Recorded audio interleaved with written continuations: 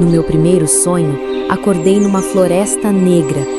Os troncos respiravam, o chão sussurrava meu nome e havia algo me observando. Foi uma experiência assustadora. Agora é diferente. Essa mesma floresta se tornou acolhedora, com uma brisa suave, um perfume tocante e uma sensação de vida. Vida que se espalha para todos os lados. Eles bem que me avisaram. Minhas emoções e sensações aumentariam com esse novo procedimento. Essa seria a forma de meu corpo se expressar por sobrevivência. Essa é a centelha de esperança que agora está se renovando. Só espero que isso dure um pouco mais. Que dure para sempre.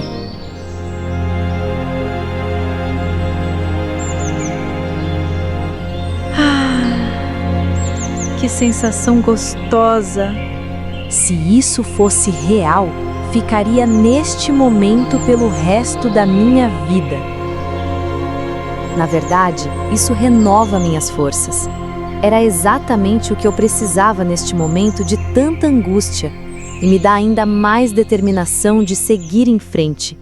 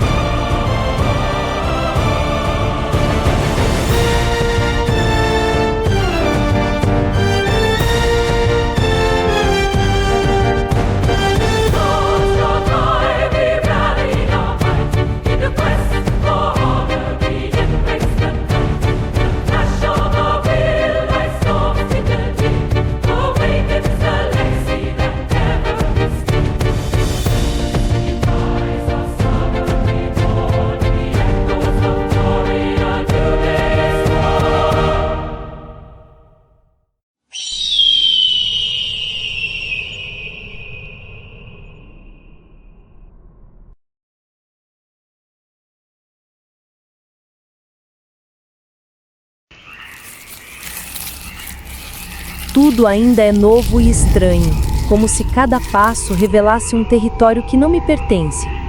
Mesmo assim, há algo ou alguém que me acompanha, invisível, mas presente, impedindo que eu me sinta inteiramente só.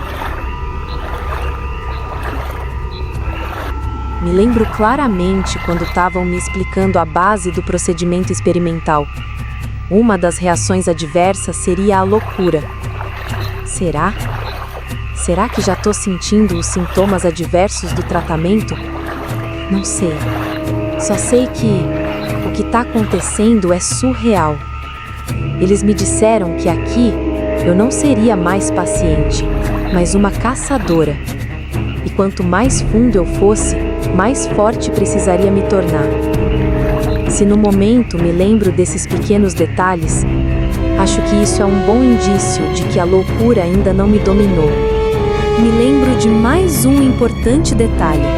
Eles me disseram que cada desafio me tiraria um pouco, mas que também me transformaria. E que, se eu vencesse esses desafios, acordaria curada. Será? Essas palavras me lembram charadas a se desvendar. Como aqui o tempo não faz sentido, vou tentar me dedicar a essa proposta. É claro que me dá certo medo do desconhecido, mas acho que eu sou a pessoa certa quando se tem que lidar com o desconhecido. Afinal, dentro de mim tem exatamente uma maldição desconhecida, uma doença que até então ninguém me deu um laudo concreto ou uma esperança de cura. Agora, não sei ao certo o que vou enfrentar, mas sigo a última direção que aquele ponto escuro me deixou como guia. Pelo que percebo, minhas expectativas com respeito a este cenário começam a cair por água abaixo.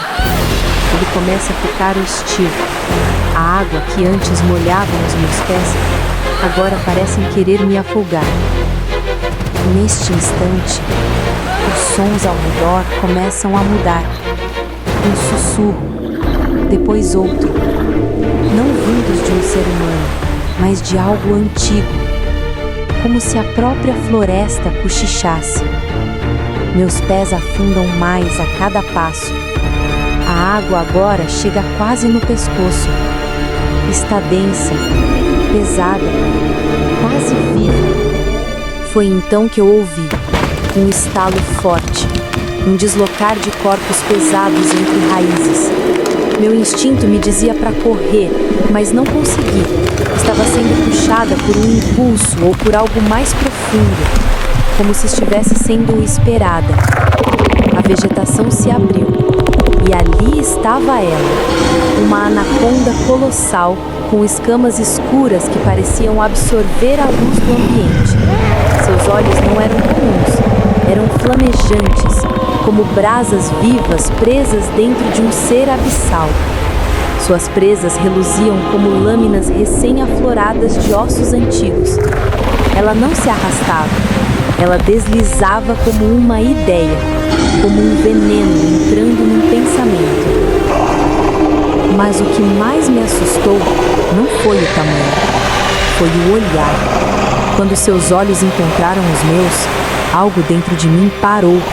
Meu corpo congelou. Não por medo, mas por uma vontade alheia. Era como se ela estivesse me lendo, me preparando, não apenas para devorar, mas para me absorver. Ali, sem conseguir me mover, eu entendi. Ela não me via como presa, ela me via como a refeição. Tentei me esquivar de sua sedução. Seus olhares frios, me controlando, me dominando contra a minha vontade. Mas então, algo estranho aconteceu. A criatura parecia recuar. Sim, apenas parecia. Por um instante, seus olhos flamejantes perderam um pouco da intensidade. Seu corpo, tenso como uma mola, deslizou alguns centímetros para trás, mas percebi que seu objetivo estava alinhado. A força de seu controle me dominava ainda mais, me preparando para o derradeiro destino, a morte. Ironia? Morrer em meu sonho? De repente, algo me deu um fio de esperança. O ponto negro, ou a esfera agora mais concentrada, ressurge como se me defendesse. A criatura recebe um ataque violento e inesperado, sem chances de defesa, sem chances de saber o que estava acontecendo, recebendo um julgamento mortal. Acho que por ter entrado em meu caminho. Agora estou fora do controle da fera, perdida em meus pensamentos e ações. Preciso me compor e continuar seguindo o meu destino. Essa foi por um triz. A esfera negra, além de guia, é uma protetora para mim? Ainda não sei, mas preciso descobrir. O que a aciona? A motiva? O que ela quer? São muitas perguntas. Mas essas são perguntas que pretendo descobrir o quanto antes. A esfera, então, pairou sobre mim, como um escudo vivo. Pulsava levemente, irradiando uma energia densa, quente, quase tátil. Começou a me cercar, lentamente, girando ao meu redor, como se estivesse escaneando meu corpo. ou talvez procurando por algum mal deixado pela anaconda. Senti a pele arrepiar. Ela sabia que algo havia me tocado, que algo estava tentando se alojar dentro de mim. Mas havia mais. Ela não estava ali só para me proteger. Ela estava tentando me dizer algo. Era estranho, não era linguagem, mas uma sensação que se impunha direto no meu peito.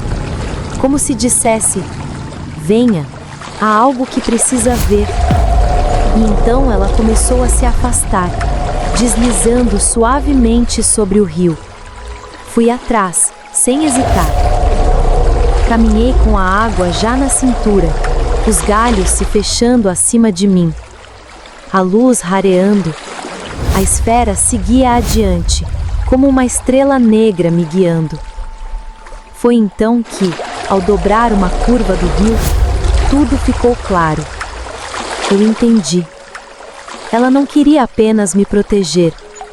Ela queria me levar até a origem daquilo que me destrói por dentro. Ou, quem sabe, daquilo que pode me curar. As águas ali não eram como antes. Tinham uma calma forçada, densa, como se guardassem um segredo muito antigo. E então, senti o chamado. Não era um som, era uma vibração que vinha das profundezas. Eu precisava entrar. Respirei fundo e mergulhei. O mundo à minha volta mudou no instante em que a superfície se fechou acima de mim. A gravidade pareceu desaparecer. Não havia correnteza, mas havia vozes, fragmentos de vozes, como memórias sussurradas por um tempo esquecido. Mesmo estranho, era agradável o que estava acontecendo.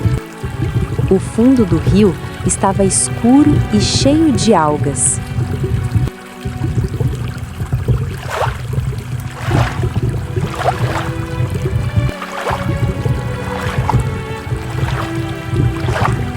E entre elas, eu vi, no fundo do rio, algo brilhava com uma luz sombria.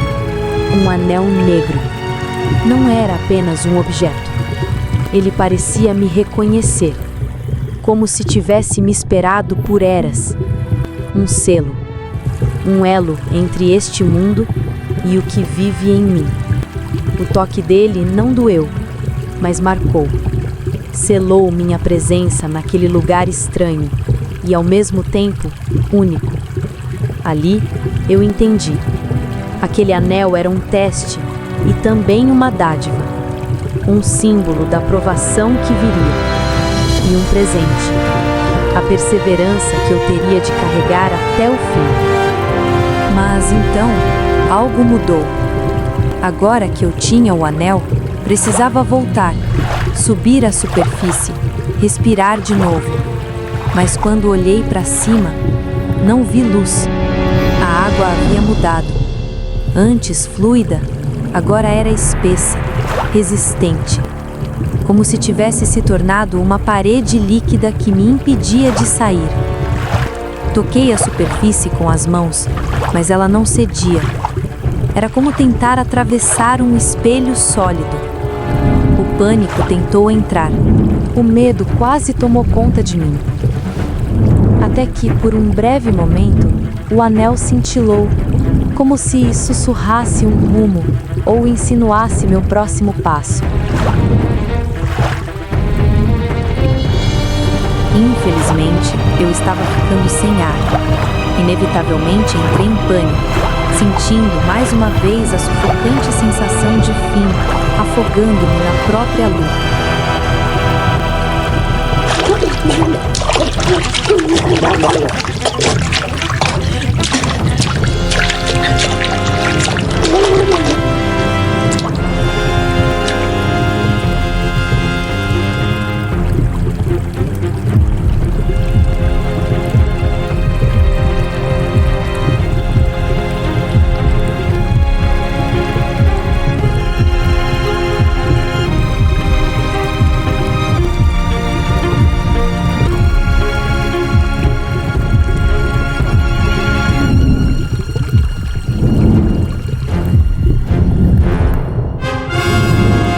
Repentinamente, mais uma vez, algo extraordinário aconteceu. Eu despertei com a extrema força vitalizadora do anel, que de forma quase sensitiva me explicou exatamente o que fazer.